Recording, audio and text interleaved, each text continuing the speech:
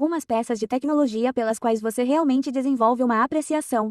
Talvez seu telefone, seu laptop, seu tablet de desenho, mas, para mim, é a máquina copiadora. Ah, a copiadora. Eu sei que não é possível, mas posso te prometer que, sempre que a copiadora fica sabendo da minha presença, é quando ela resolve dar defeito.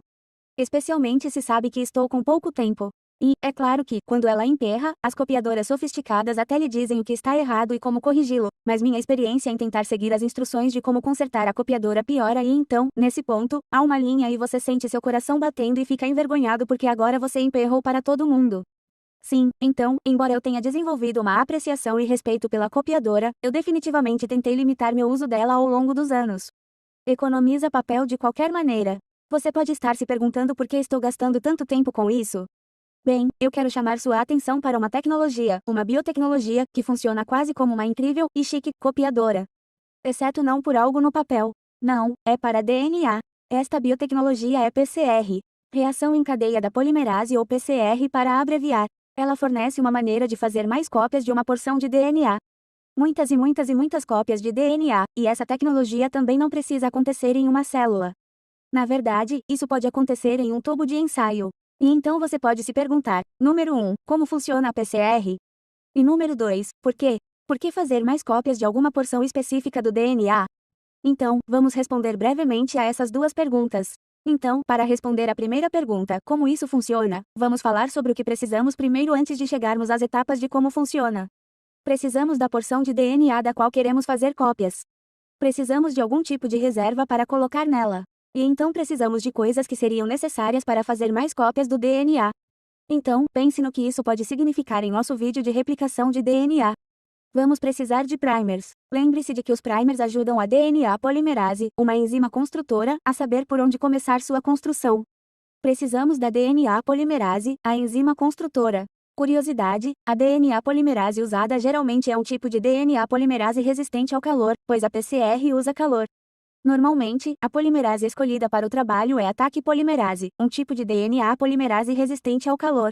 A Taq polimerase é original de um tipo de bactéria que pode lidar e viver em temperaturas muito altas na natureza, em fontes termais. Muito legal. Também precisamos de nucleotídeos de DNA para a DNA polimerase se construir. Assim, podemos observar a sequência de PCR em 3 etapas principais. Vamos ilustrar com uma molécula de DNA de fita dupla aqui e vamos supor que é isso que queremos replicar. Passo número 1, desnaturação. Você já ouviu essa palavra, desnaturar, antes, certo? Quando estávamos falando sobre enzimas, uma maneira de falarmos sobre enzimas desnaturantes foi usando calor. E o calor é o que usaremos nesta etapa. Esta etapa envolve a adição de calor necessário para separar as duas fitas da molécula de DNA. Passo número 2, recozimento. Ok, então esta palavra significa algo um pouco diferente em biologia. Basicamente é quando as duas fitas de DNA, que agora foram separadas por esse calor, serão resfriadas e unidas pelos primers.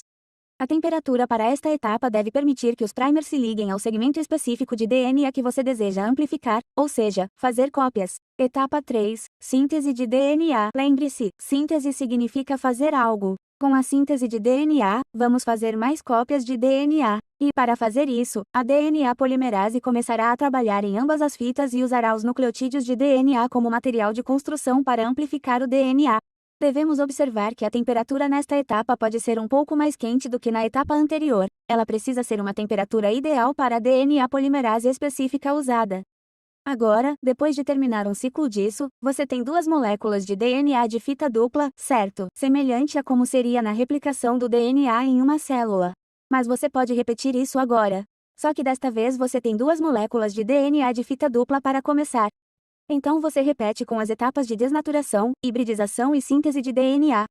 Agora você tem 4 moléculas de DNA de fita dupla.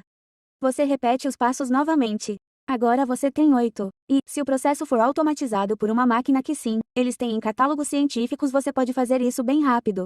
O que o leva a... Por quê? Por que fazer isso? Bem, qualquer tecnologia que precise de cópias de uma porção de DNA pode achar útil a PCR, mas mencionaremos apenas 2 exemplos em nosso tempo limitado. Mencionamos a impressão digital de DNA em nosso vídeo de eletroforese em gel e mencionamos que a impressão digital de DNA pode fazer parte de uma investigação da cena do crime.